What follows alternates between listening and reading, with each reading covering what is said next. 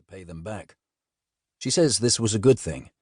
It meant that she had less cash to blow on drugs. She tells me this mostly when we go to Eric's bar. Clearly, rehab didn't cover drinking.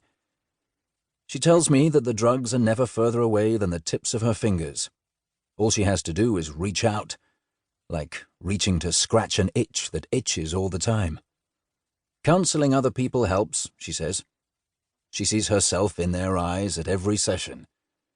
Sonia is pretty and sweet-looking.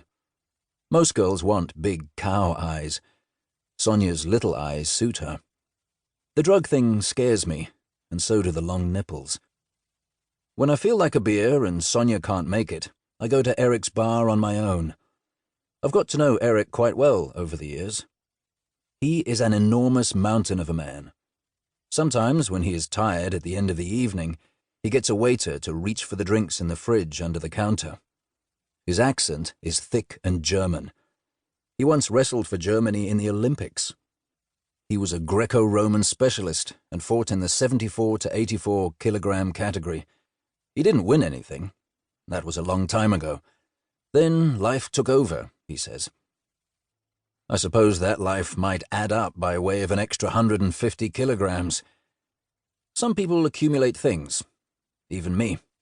I accumulate photographs and money I can't spend. Eric accumulates flesh. If it's quiet, he'll draw with a pencil on a large white pad while we chat. The stuff he draws comes from his head. He'll draw kitschy Bavarian alpine scenes if he's feeling uninspired. It's actually the same scene each time, with the same mountain and the same trees and the same small windowed house. The roof looks too big for it, like it's trying to push the house into the ground. Or else he'll draw wizards or witches who look like they'll hex you right off the page, demons that threaten to drag you into the paper with them. I tell him he could be famous. He shrugs me off. He gives his witches and wizards to drinking dads to give to their kids. Long ago, he pinned one of his alpine scenes to the edge of a shelf. It's gone yellow over time, and the corners have curled up. I keep meaning to ask him why he doesn't replace it with a new one. He must have hundreds by now. "Where is that?" I once asked him as he began another. As usual, he'd started with an outline of the mountain.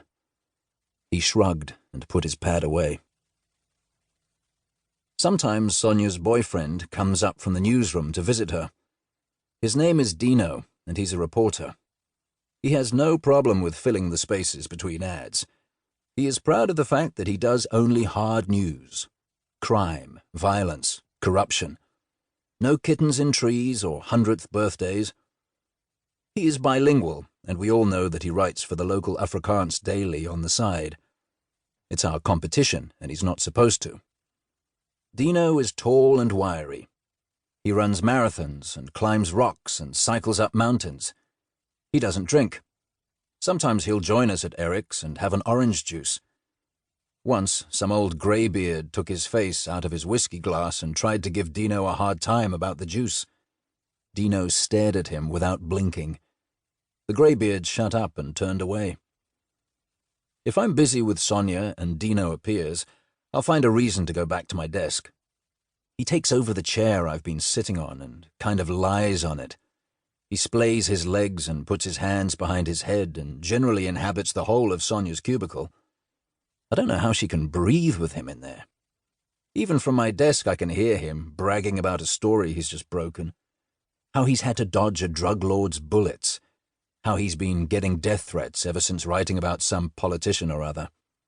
How he has some pet policeman in key positions who always slip him the good stories first. Today, he's on about a body found in the Liesbeek River with a crossbow bolt through the chest. I suppose it's all very exciting if you're a certain kind of person. I'd like to sew his mouth shut with a curved needle and catgut. I wait for Sonia in Eric's bar on Thursday after work. A woman comes in and sits on a stool near me. She is tall and wears a short skirt that is dark green and shiny. Her sunglasses are pushed up to keep her hair back. She orders a drink and lights a cigarette, and then lights another, and then orders a second drink and lights a cigarette. 3 cigarettes per drink.